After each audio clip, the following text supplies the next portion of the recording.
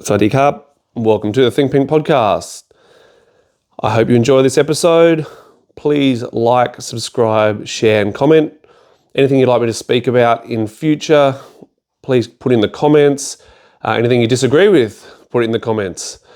Don't forget, if you're not subscribing already, jump on that subscribe. It takes a couple of seconds to do. Hit subscribe and hit the notification bell. And yeah, please watch every episode because a lot can be learnt from these. Come on down to DP. So this week I was out camping with Clint and we decided to sit down and have a chat and just talk about what he's doing with his life at the moment, how he's feeling about Muay Thai. And yeah, it was really nice. Just nice sitting down by the River Murray. We camped overnight. This was filmed in the morning. Sun was out when we began, and then the rain came. All cloud cover came over. But yeah, really good little chat. I hope you enjoy it. Have a chair.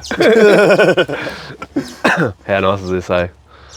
I'll cut in some footage of where we are. But so, what's up? Fuck all, man. Well, that's a lie. Can I swear on this podcast? Absolutely. Shit. Fuck. Yeah, it's been we haven't caught up on a video for a long time. When would have been the last one? With Matt. With Ring Lovers. It was like early last year. Was it? It was. Wasn't it while you were still fighting? Nah, that was early last. I just quit my job. Started my online thing. Oh no shit. Yeah, I remember we mentioned it. Okay. There. So how's that going? Yeah, it's gone good. I'm not living in survival mode anymore. Cool. Yeah. So we talked about it a little bit yesterday with, the next step is making enough to get a place of your own. You got a share house at the moment. Get a place of your own. Obviously, doing that these days is a bit of a struggle. Yeah, I think it's doable. It's doable. I think I'm in a very fortunate position. I went through the hard learning curve last year. I think 90% of people would just tap out. Yeah.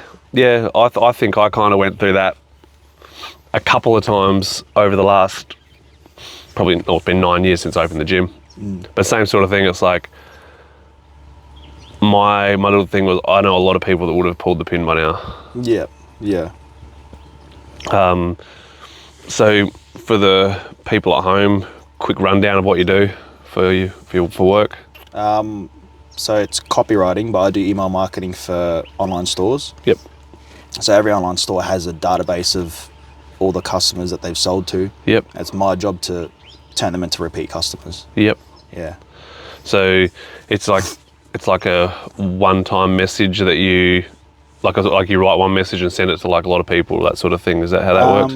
Yes, there's that. So for most of my clients, we do 3 one-off emails a week. Yeah. Plus there's plus there's the automation. So like someone goes to the website from the email. Like our system that we have at the gym. Yeah. And they leave, they'll get the automation to go back and go back to checkout. Yep. So what sort of hours a week are you working? If I'm just doing client work, it's fuck all. It's like maybe 5 to 10 hours a week just on client work. Okay. But most of it's just getting more clients, doing outreach. That's the most time-consuming part of it. Yep. Same with my industry, which obviously you're helping me with that as well. It's definitely I can't believe I'm sweating. Yeah, I'm sweating as well. It's pretty good. I thought I was just nervous. Nervous for the casting couch. Yeah, I know. It's my first time. It's only smells. It's like obviously once people like in with the gym, it's like once people are in the door, you make a relationship with them, which is cool. Like you get to meet lots of new people, but it's trying to get that turnover. It's not really turnover is not the right word, but just trying to get a higher flow of people through the door. And that's the same with any business. It's like getting the customers is the battle. Once you've got them, it's almost easy to keep customers because you just got to do the right thing by them. Yeah, yeah. So you were saying you were working with like a US company or something where you had to like wake up at like 4 a.m. or something. No, I was reaching out to US brands because I'd run out of Australian companies to reach out to. Okay. Yep. But yeah. How's your way that you reach out to them? Like, do you just cold message? Do you call? Do you? I don't call. Yep. I did email for a bit. Yeah. But I've had a lot more success through Instagram. I think because it's easier to come across as a real person because it's your profile. Yep. And I've got testimonials on my profile, so that helps a lot. True. That's probably a real positive in today's society where a cold call isn't really a cold call anymore. Like a cold message or whatever is.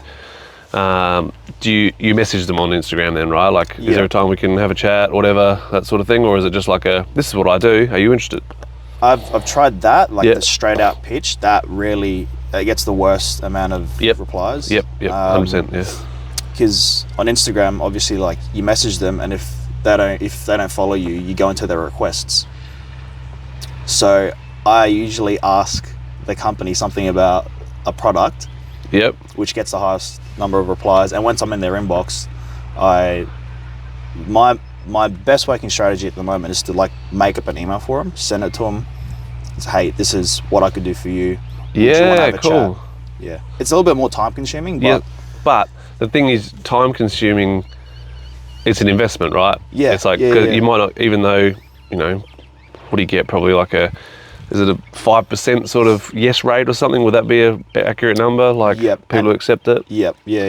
So it's like, even though 95% of the time you're doing that email, the thing is you also have your emails, your style of emails. So you've done them before. You know how to write it. A lot of it is editing a previous one, making it custom to a particular customer and stuff. Definitely.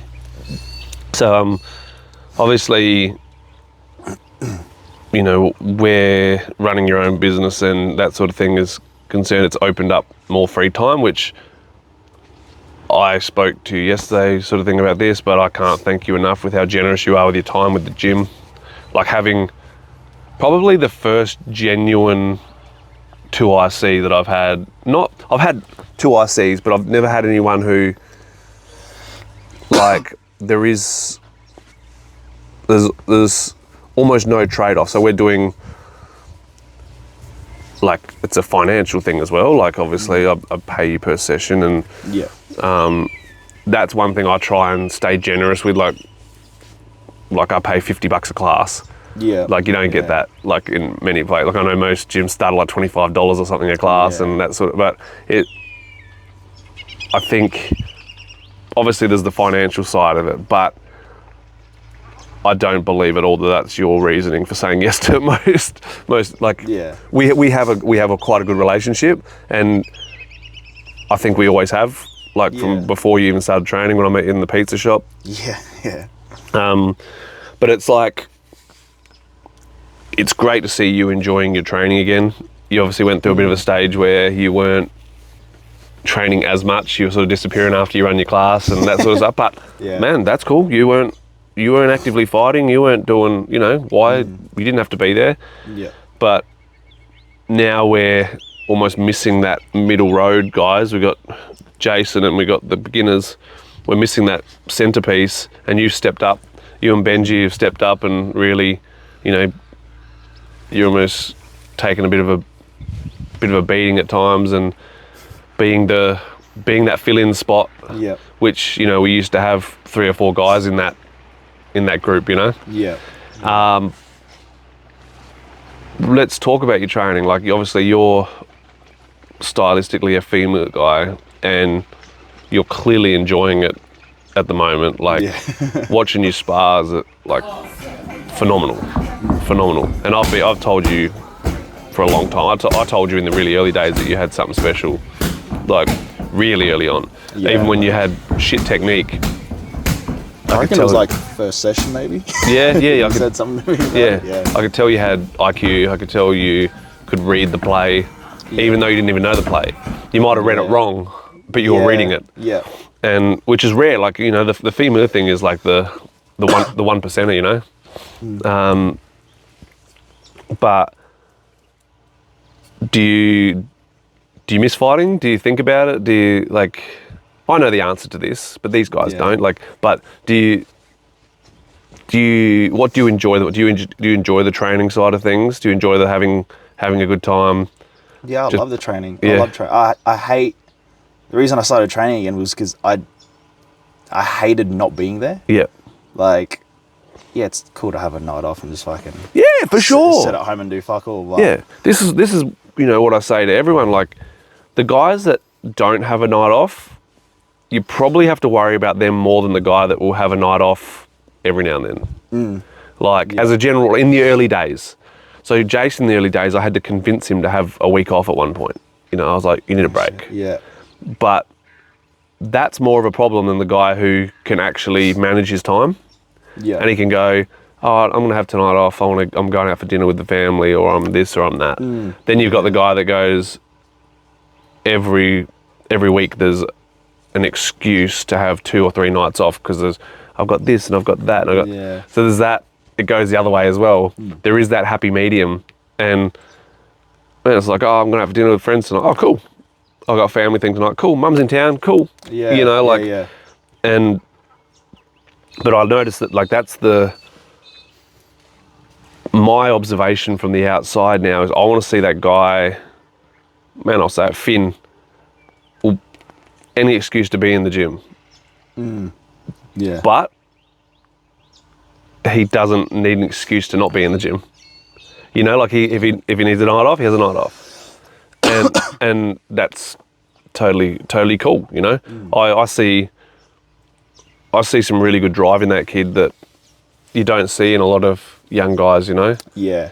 And he's working, he's battling along. He's almost, what is he, 21? Yeah, 20? I keep thinking he's older. Yeah. Yeah, he acts older, except for his social skills, you know?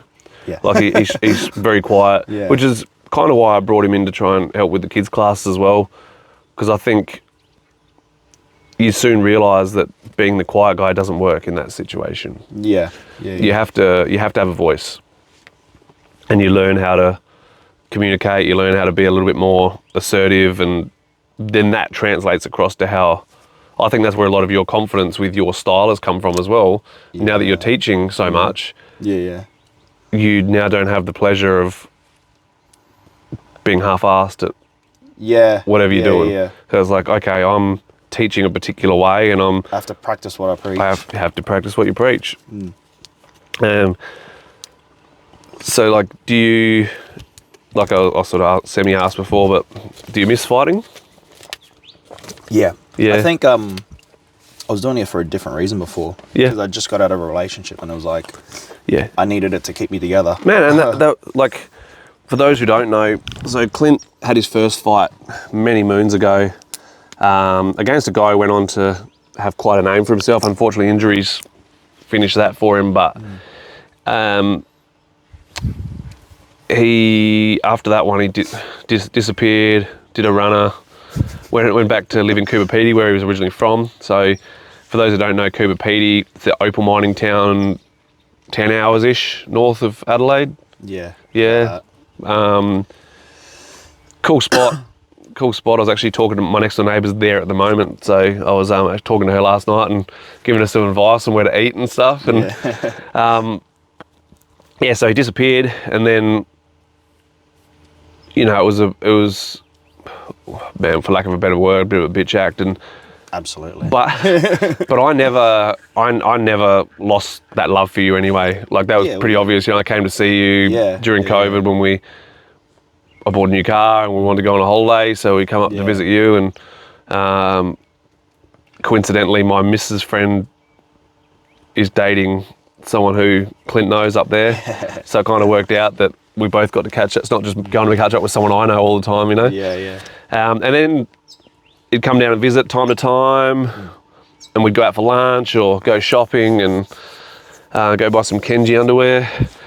And then he moved back, and he originally planned, I think the girlfriend was sort of talk of coming as well, whatever. Yeah. And then that didn't happen, and then they broke up, and one day he comes in the gym and started training, and he's like, "You want to go out for dinner afterwards?" I'm like, "Yeah, cool." So we went out for dinner. Pancake kitchen.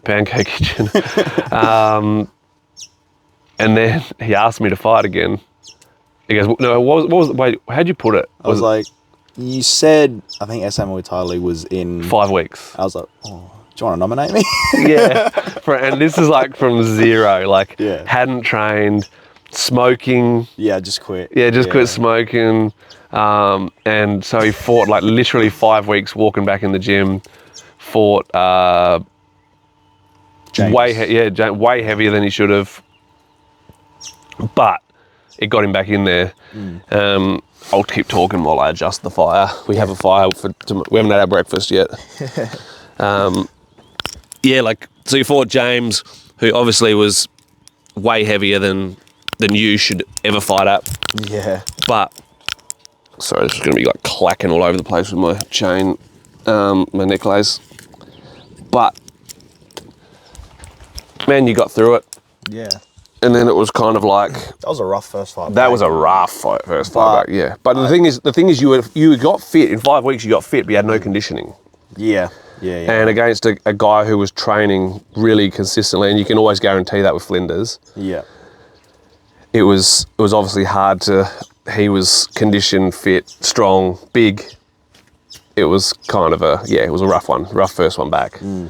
I still enjoyed that fight more than my first fight.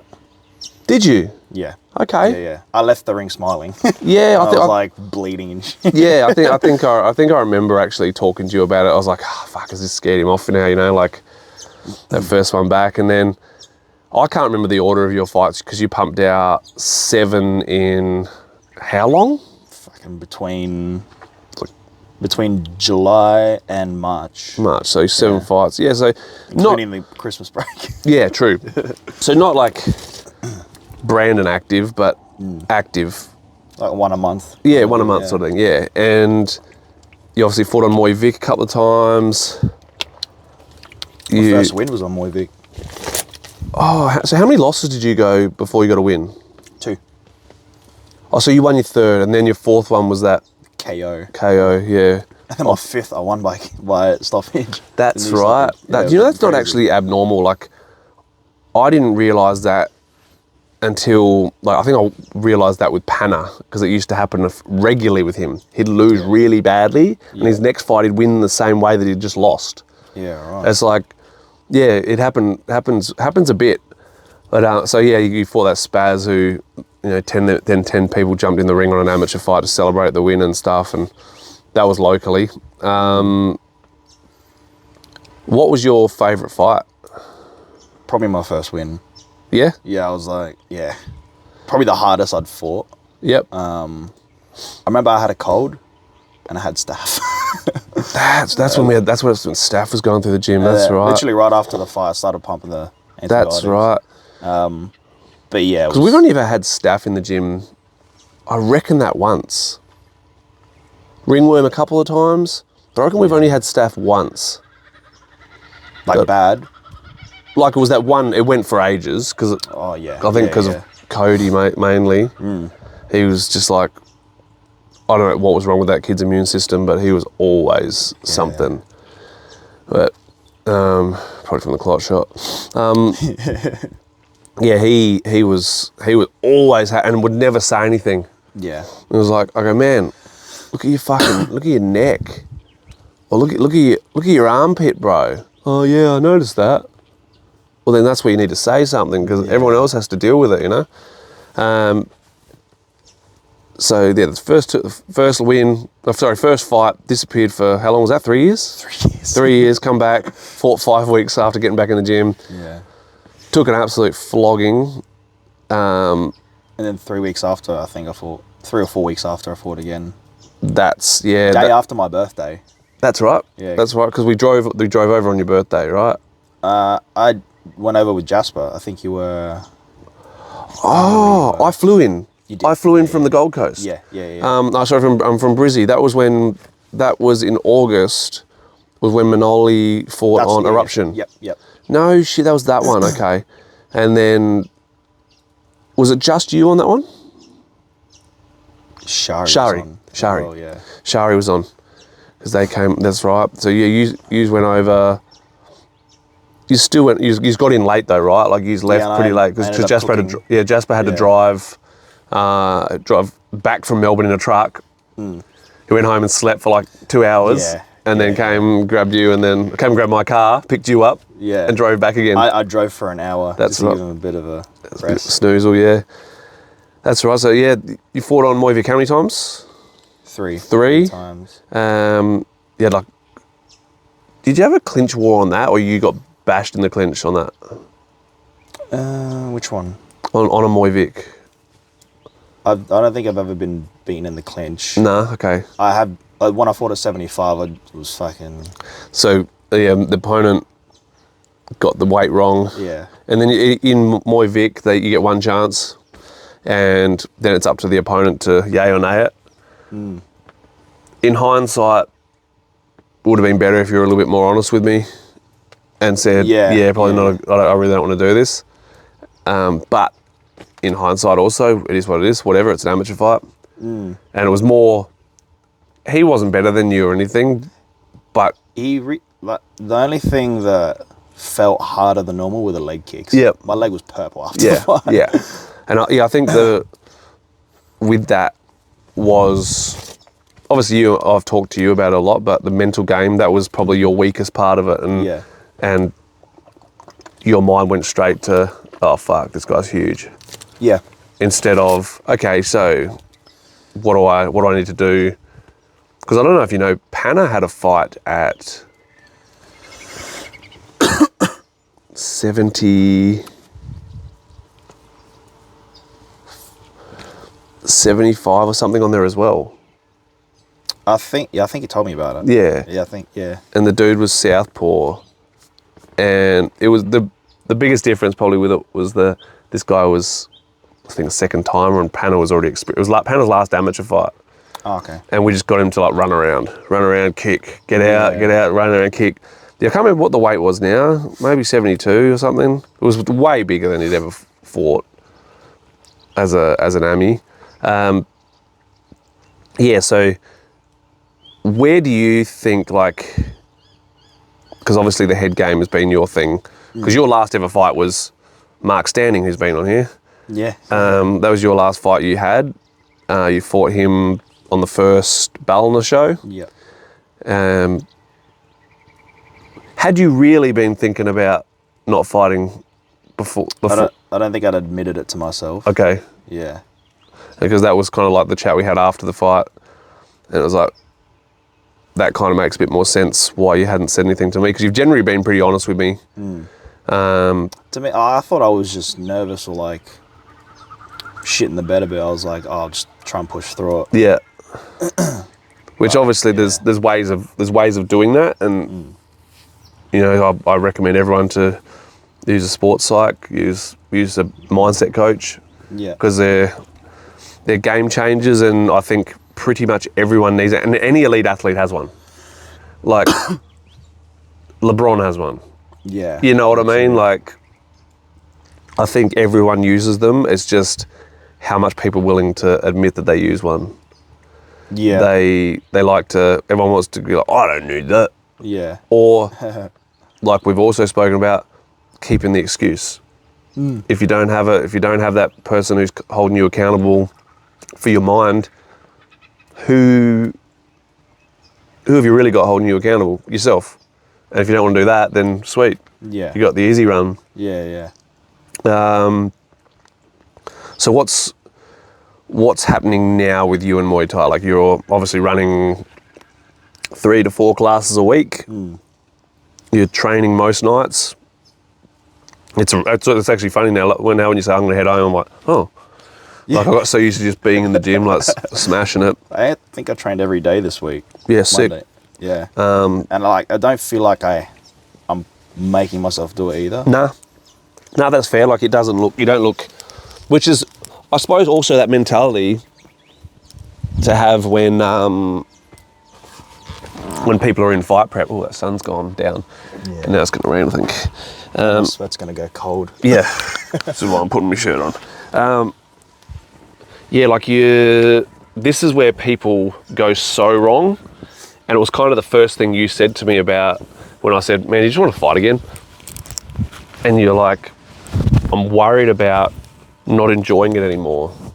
Yeah. When fight preps come along and shit. And I think it's where people make the biggest mistake, because they change what they're doing. Yeah. Like, there should be nothing different. Yeah. And I think some people combat it by doubling down, just training hard all the time. And it's just like, I think that's more, like, with lack of a better word, like the Jason and Pan way. Just train harder. Yeah. And try and make that the consistency, so it's fight preps aren't that different. Yeah. Yeah. But I think it's just learning how to be accountable for all the little choices you're making. This is what I've sort of discovered while watching mindset coaches talk. And it's like holding yourself accountable for any shit things you're doing and fixing it like straight away. Yeah. Being aware 100% of what you're doing and why you're doing it. So know why your self-talk is whatever way, and know why all that sort of stuff is happening. Yeah. But also learning how to enjoy... What the fuck's beeping? Did you hear that? It sounds like a battery dying or something. I don't know if it's that. Yeah, like you're learning how to enjoy 100% what you're doing all the time. Yeah. Enjoying the process, because obviously the process of being a fighter is training bucket loads, sometimes fighting. You know, like that's literally the recipe. Yeah. Like people are like, man, you just got paid $1,000 to fight for three minute rounds. That's sick.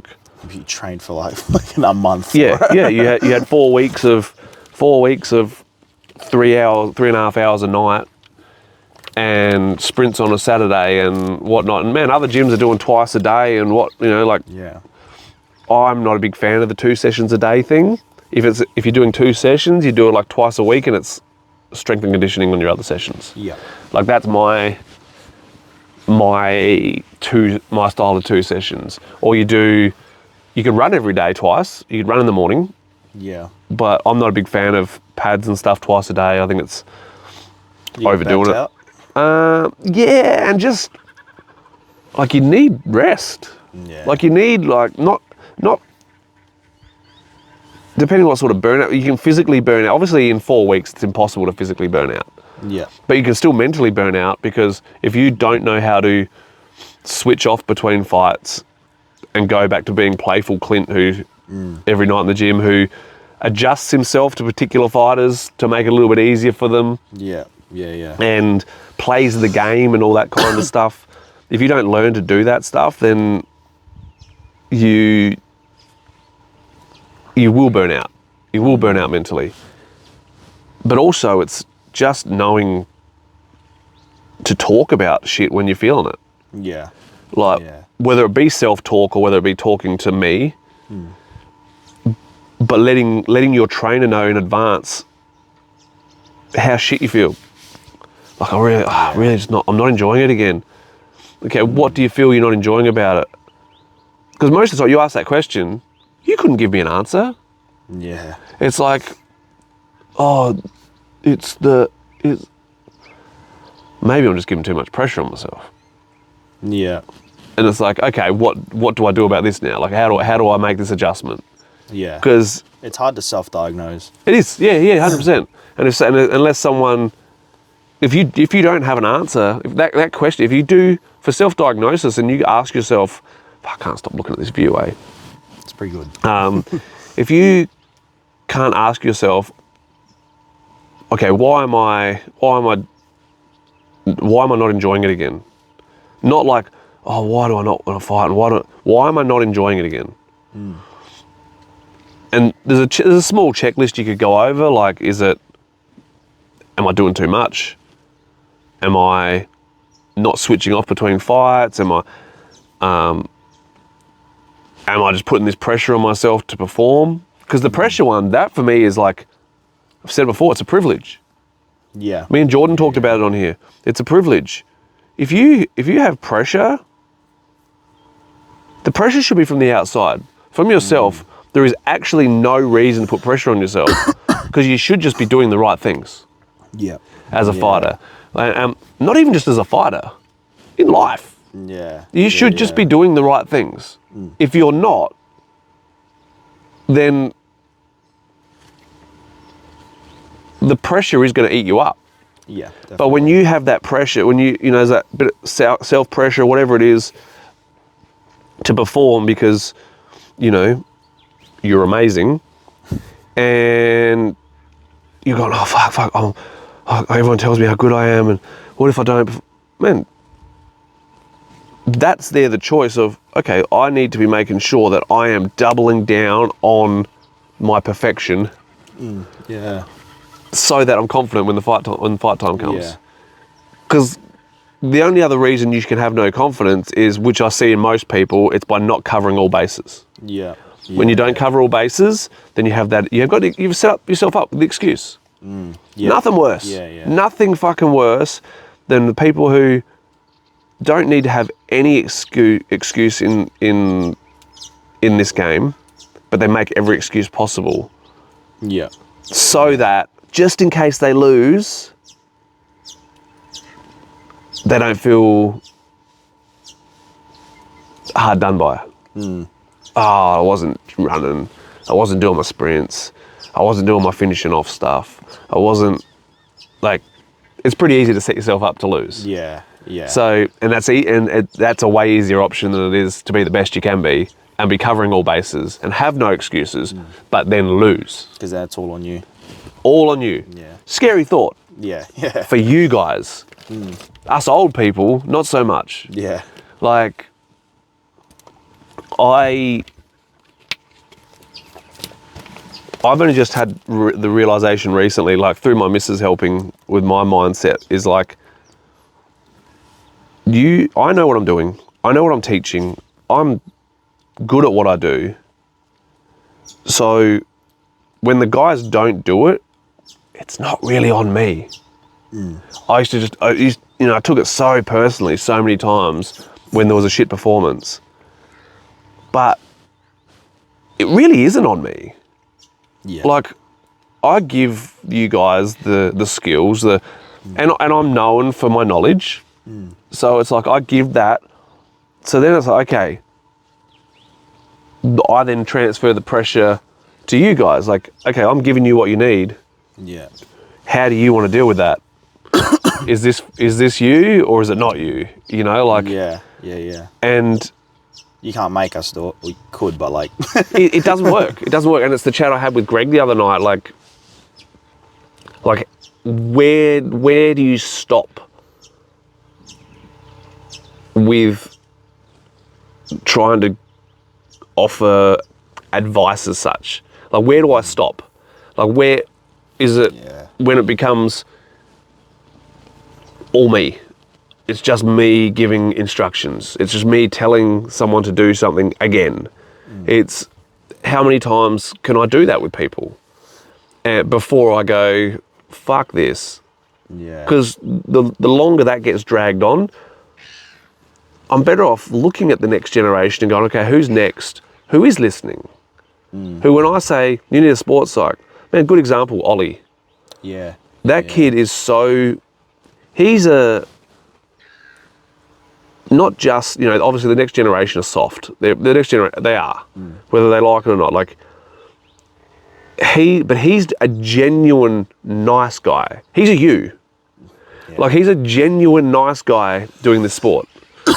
And it's like, I said to him, your third round, when you think you're getting tired, you stop being active. Like, you don't find a way to make it still work. And I go, you need a sports psych. That's a sports psych thing. You're sort of checking out a little bit. And you can't afford to do that, especially in 3-rounders. Yeah. So, man, I literally sent him this one dude who Paul Zabierski's been putting people onto. And he goes, oh, I contacted him. I'm like, Jesus Christ. Like, that was the first time that it had happened. And then next thing, I get a message from this mindset coach going, oh, and speaking of, so 19th of July, we have Brianna Bowley coming to the gym to do a mindset talk. There's another, someone you can reach out to for people at home. You can talk to her online. You can do, like Zoom calls or whatever. But yeah, he got straight onto it. And then I get a message from this guy, Cal, and he's like, oh, I spoke to Ollie. What, you spoke to him already? He's like, yeah. Worked, gave him some advice, Cool. And I'm like, Ollie, how'd you go with the sports psych? He goes, man, it was cool, Like, it was sick. And man, like, that's where I go, okay, this is what being a trainer is about. You have the people who you tell them once. Man, I told you once, sports psych. And you're like, okay. Yeah. Like, I've got to start putting less pressure on myself to get results out of people that don't feel that same pressure. Yeah. It's because it just saps your energy. Like, and that's what it's done to me for a long time. It's just fucking made me, I started resenting it. I started resenting not the sport, but like the results of the sport, like how the sport was making me feel. And I'd leave a fight show in fucking tears again, and my missus would have to give me a talking to again. And now I realise that, man, it's mind game. Yeah. Mind game. And who was I talking to the other night? Talking to someone about the other night about, there's four main compartments in Muay Thai, and it's Muay Thai. Oh, that was at dinner with the trainers. That was the second chat I had about it. Oh, okay. So yeah, there's Muay Thai, there's nutrition, there's S&C, and there's mindset. I would definitely say the order for people doing Muay Thai of the current generation of people is Muay Thai, mindset, and the other two are I'd probably go nutrition before I'd go S&C. But the other two are probably on par. Yeah. But because without mindset, you're still probably not going to commit to the nutrition side of things, because you're not going to be checking yourself often enough to know that you're doing the right thing. Yeah. It all builds from that. It certainly does, yeah. So it builds from, you build a strong mind, and we're undoing years and years and years of brainwashing from so many angles. Oh, yeah. And it's like the whole schooling system. Parents as well. Yeah, like, and I would say kids are in school more than they're with their parents. Yeah, true. And I think, man, I'm very active in my kids' lives. And I battle with this shit every day with them. It's like participation shit. It's the result of participation shit. Where that leads, and I knew participation trophies were a stupid idea for a long time, but I didn't see until probably the last 6 months where it actually leads. And where it actually leads is that fear of losing. It goes away. No, you get the fear of losing.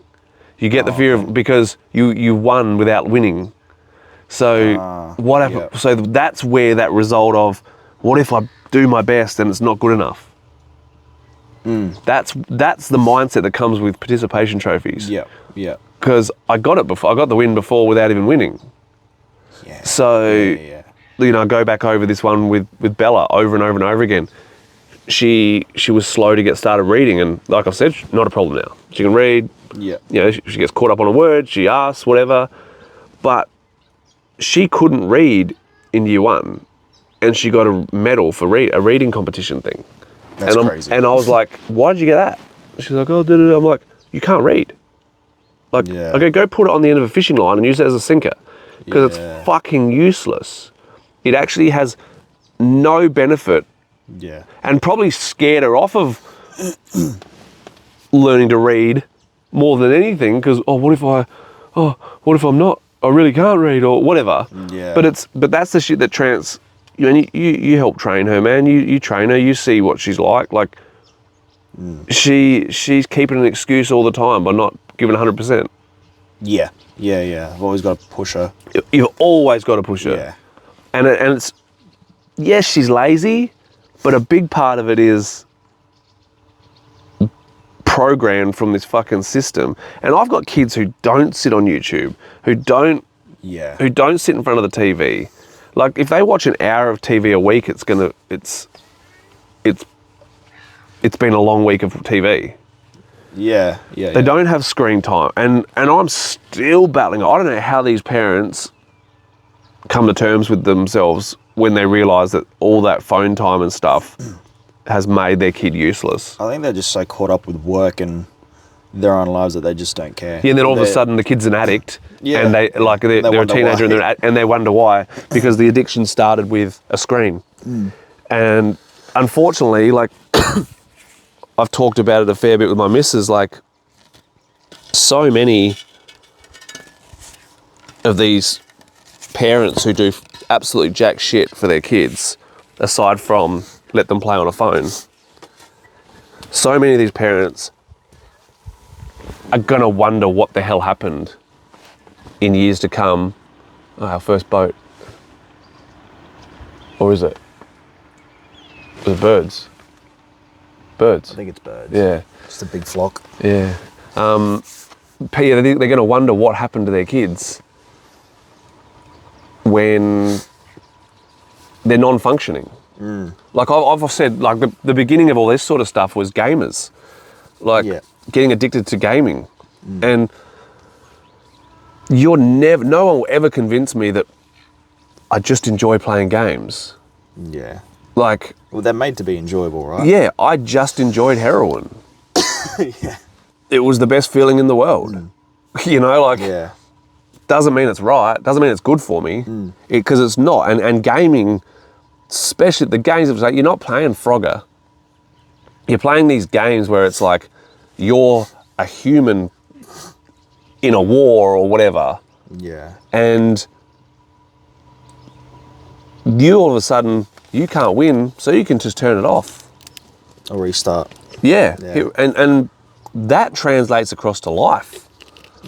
All of a sudden, you're playing a video, your real life is a video game, or your fight thing is a video game. Yeah. And you get to a point where you can't win anymore, check out. Yeah. I've seen it over and over and over again. You can always tell a gamer. You can always tell a gamer. It's like I always said back in the day, like when I first came back to Australia, my biggest problem was weed. That's a boat. Somewhere down there. Or was it a car on the road? Oh, it could have been. When I first came back was weed. Like that was the biggest problem. Yeah. And it was retention of information. And no one will ever convince me that weed and fighting can go hand in hand. Some of the best fighters in the world smoke weed. Like, sorry, man. I don't care. What's the brothers from UFC? Oh, the Diaz brothers. Diaz brothers. Sorry, man. But there's outliers. Do you know what, man? You can't say outliers. Yeah, they're outliers, but they're also super talented. And maybe looking at how the shit shape they were in, they had their excuses as well. They were just too good. Yeah. This is what you don't. What I do say to people, it's like I don't agree with fighters drinking coffee. Like, man, you need your hydration, and coffee does the opposite. And people can put up an argument that, you know, elite athletes drink coffee and stuff. Man, you don't know who's got their decaf or what they got in their cup or whatever, you know, like. But the weed thing is, you will never be the best version of yourself in any form when you're a regular weed smoker. Yeah. Yeah, I know that. Yeah. Like, man, it's what you're one person who it definitely doesn't agree with. But, like, and it's like painfully obvious it doesn't agree with you. Yeah. But weed actually stops you from setting your next goals, and, you know, whether it be a business thing, whether it be a sport thing, it gets in the way of everything. Yeah. Like because you don't sleep properly with weed. Like, people think, oh, I need to get to sleep. Sorry, man, but you're not having REM sleep, so the sleep you're having is useless. Yeah. Like, you're not helping yourself at all by smoking weed. Yeah. And where that takes you is lack of imagination, lack of dream is not just the actual physical dream, but dreaming of where you want to go in life. I think there's also a lack of awareness, like of just day-to-day life. Like, you just end up checked out. Yeah, you do. And you don't, which checked out means you're not putting in 100% effort. Yeah. And that doesn't mean just work more. I'll smoke weed, but I'll work more. Because you need to be mindful of what you're doing and why you're doing what, and what direction you want to head, and what the next step is. Because there's always a next step. Things go to shit. Especially in our industry, things go to shit very quickly. And you need to be able to react and change and make the changes that it takes to be the best next version of yourself. Yeah. And I find someone like, was it Nick Diaz? Is that the one who beat Connor? Yeah. So, like, him, for instance, like, take weed out of the equation. Like, his whole thing, like, oh, I don't want to fight, I'm fucking sick of it, I'm just too good, you know, all this sort of stuff, whatever. He probably would still be fighting now and still be a superstar without weed. Like, Yeah, it'd be way better. I don't know what he's doing, whether he still does fight. I've got no clue. Yeah, I've got no clue either. But this is the kind of thing I'm getting at is, you don't know what the next step is. You can't think of the next step until it's forced upon you. And then it's I'm down, I'm out, I'm not doing, life sucks. Yeah. That's the next step when you don't know the next step. Like, right now, like, my whole thing is, I can see now, okay, I'm building the general side of the gym more. I'm working on that a lot more than just, and trying to learn back of house stuff while I go, because it's definitely not my thing. Like, that, the computer thing is definitely the biggest battle. Hence, I'm always asking you questions. But that's the next thing. Like, I'd like to have it that, you know, we move into something bigger. I can then 100% go back to focusing on fighters. Like, and I'm, you know, whether I rebrand and whatnot, but it's not just like everyone coming in to see Pinky. That's kind of the path where I'm on now, which we've done really well with, but I think while the name, that's why where the rebrand sort of thing comes in, the name is people come to see Pinky. So it's like, how do I make that where it's not necessarily, it's the quality, it's the what's the word, the knowledge they're getting, which is the reputation. Not Pinky the fighter trainer, which is I think is what now is holding us back from going to the next level of business. The fact that it's so based around fighters and Pinky the fighter trainer. That's, I think, where a lot of the issue is now. I do notice now I'm getting a lot more from adverts, a lot more, which, man, your wording on adverts and stuff has been helping a lot. But I think we're getting a lot more people who are not knowing who I am or what even Muay Thai is. Yeah. Getting more of those sort of people. They know roughly what they've heard of it. They've seen something of it. That's one thing I've been thinking about, like trying to tap into. Or Yep. even like the people who go to gyms. Yep. That would be a bigger market. Yep.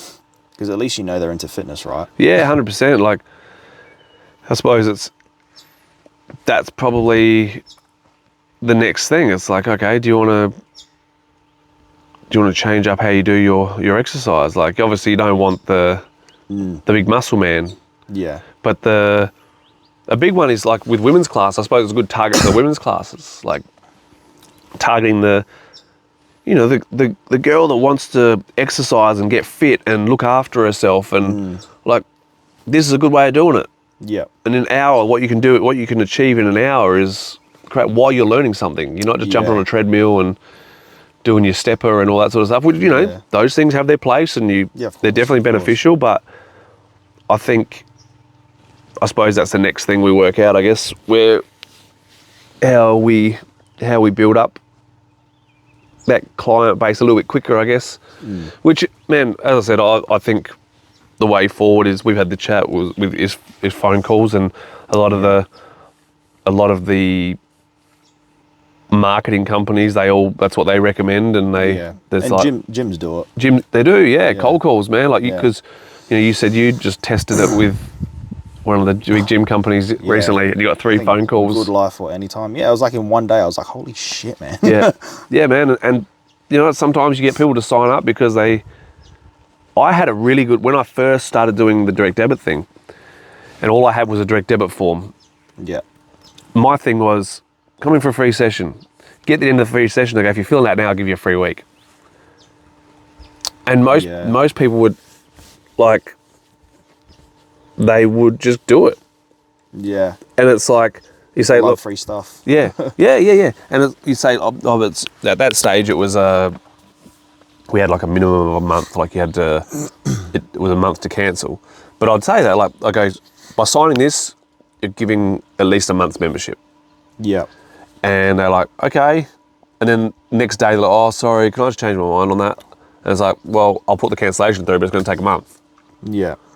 Oh, this is fucked. Okay, sorry, but they were never coming back anyway. So fuck whether they like me or not. Yeah. Like, that's another big part of it, I guess. It's that the people who are going to quit or do the wrong thing that they'd agreed to originally, man, they're never coming back. No. Like, they're not. They made a spur of the moment decision, which they now regret somewhat. So from here on in, what's your plans for the near future? I want to grow my business a little bit more. Yep. In terms of money, because it's something we all need. Yep. Unfortunately, but you're 100% right. I want a bit of a name for myself in, like, the e-commerce industry. Yeah. How do you build a name in that? Like, how does word of mouth? As in a reputation? You mean like reputation, right? Yeah. Like, so people are coming to you because so and so recommended them. Is that? Yeah. Okay. Yeah. So I guess that means building, maybe not a stronger, but just a different relationship with my clients. Yep. I might be seeing one of them when I go to Melbourne. Cool. Good idea. Yeah. Really good idea. Tax write-off. So there's that. Referrals. I probably won't touch advertising for a while because it's so competitive. Because I'm competing with companies and also the entire world. Yeah, true, because anyone can do it from anywhere, right? Yeah. Probably, there's got a smoke machine going. Yeah, hot boxing. Yeah. Oh shit. Yes, yeah, like that makes a lot of sense. Like, and man, you're also, a lot of it's, you're competing with AI. Like, and systems like what we have back at house with Glowfox, where it just sends you, it contacts you whether you like it or not. Yeah. And you're battling with that as well, obviously. Yeah, definitely. Yeah, definitely. It's not an easy business to build. No. It is and it isn't, because it's all online. So So, that's the advertising part, right? Is that what we were just saying? The advertising? Advertising, Yeah. even just getting new clients. Because there's so many times where, like, I'll send a company, like, an email sample, and they'll go, "This is great, thank you so much. We've already got an agency." Yeah. Or I've already got someone. Yeah. Yeah. But there's, like, that, like, 1 in 1,000 where, like, they're in the Goldilocks zone where they're looking for someone, but they don't have anyone yet. Yep. Yep. Yep. And those are the ones I turn into clients. Yep. So, how does the system work with you? Like, do you just keep track of how many hours you work, or is it like a package deal, what you give them for a certain amount of money? I charge per email plus small rev share. Yep. Yeah. Okay, cool. There's a base rate plus performance. Yep. Yeah. So how does that work with, how do you keep track of what they're making? Like, I've got full access to their email marketing software. okay. So yeah, it tracks everything to, like... So every sale, you can see it? Yeah, I can see how many people have opened the email, how many people... It tracks everything. Okay. How many people have clicked Really? on the link. So is this like a system that, it's like a hacking sort of system, but it's like a legal one, obviously, but it's like, is that what it kind of does? It actually just, it's something that they have to log into, or is it a separate, like, program that everyone uses who's doing, like, the online sales? There's a bunch of different programs for it. It's similar to Glowfox, where it houses all of the bits and pieces. Yeah, like we got Go Cardless, whatever their marketing system is called. It's all part of something, but it's not. They're all separate little systems that are all in one. Yeah, yeah. So most of my clients use Klaviyo, and that's like the go-to software for e-commerce. Okay. So you can see monthly revenue, monthly email revenue, even SMS. Oh, really? I haven't even touched SMS marketing yet. Yeah, yeah. And yeah, it tracks everything. Wow. Yeah. Yeah, zero privacy. Yeah, man. That's literally where we're at, man. Like, literally where we're at. It's scary. It's a scary world we're in, but you've got to tap into that to make a dollar. Yeah, definitely. And, people are starting to panic a little bit with a lot of stuff. It's like, when people want to cancel their Glowfox thing, it's like, I want everything removed from Glowfox's database and whatnot. Yeah. And, like, I get it. I get it. At the same time, man, anyone who actually thinks they have any privacy right now is pretty much lost. Because his phone blow over? No. Just by having a phone and talking on the phone. Oh, yeah. I can pretty much guarantee if you're using TikTok, you've given up every single bit of information you could possibly give up about yourself anyway. Yeah. So, even Google. yeah. Even Google. Like, you search something on Google and All of a sudden the adverts all start popping up on other on other apps. Yeah.